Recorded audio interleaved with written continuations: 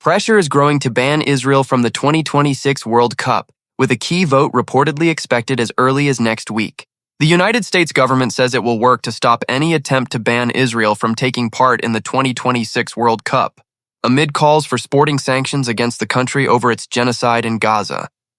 In a statement released to multiple media outlets on Thursday, a U.S. State Department spokesperson pledged, "We will absolutely work to fully stop any effort to attempt to ban Israel's national football team from the World Cup." The 2026 FIFA World Cup tournament is due to be played in the U.S., Canada, and Mexico. According to reports, pressure is building within the European footballing body UEFA to ban Israel from matches in Europe, which could potentially block Israel from attempting to qualify for next year's World Cup after a United Nations Commission of Inquiry concluded last week that Israel is committing genocide against the Palestinian people. A majority of UEFA's 20-member executive committee is reported to be supportive of a ban on Israel's football team, according to the Associated Press news agency, with many concerned that football's response to Israel and Russia has been inconsistent.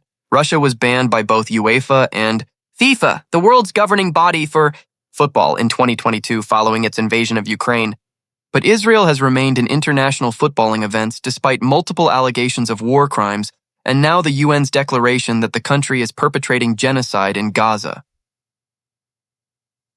Last week, Spain's Prime Minister Pedro Sanchez added pressure when he called for sport sanctions on Israel, saying, "Until the barbarity ends, neither Russia nor Israel should be in any international competition."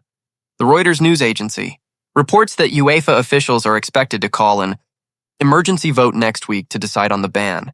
Though UEFA has the power to stop Israel from participating in any games involving its European competitions, it cannot stop the Israeli team from competing in World Cup qualifiers, which fall under the responsibility of FIFA.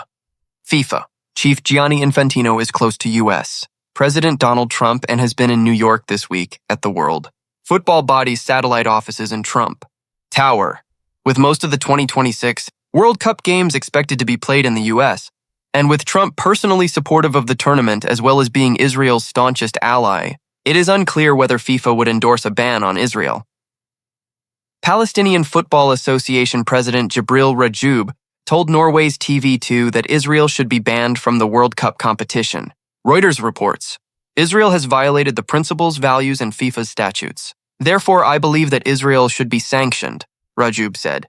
The sanctions should come from UEFA and FIFA, Israel's sports and culture minister, Miki Zohar, as well as Prime Minister Benjamin Netanyahu and the head of Israel's Football Association, Moshe Zuares, have been lobbying to keep its national team in the competition. AP reports, the United States has announced its opposition to ongoing efforts by some countries and groups to ban Israel's national football team from participating in the 2026 FIFA World Cup. The movement to exclude Israel is largely rooted in political tensions, particularly in light of recent conflicts involving Israel and Palestine.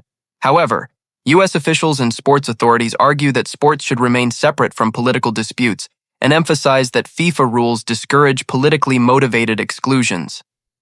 As one of the host nations of the 2026 World Cup, alongside Canada and Mexico, the U.S. is taking a firm stance to support Israel's right to compete, stressing the importance of fair play, inclusivity, and the integrity of international sports. The issue is likely to stir further debate within the global football community and FIFA, placing pressure on the organization to navigate the intersection of politics and sport.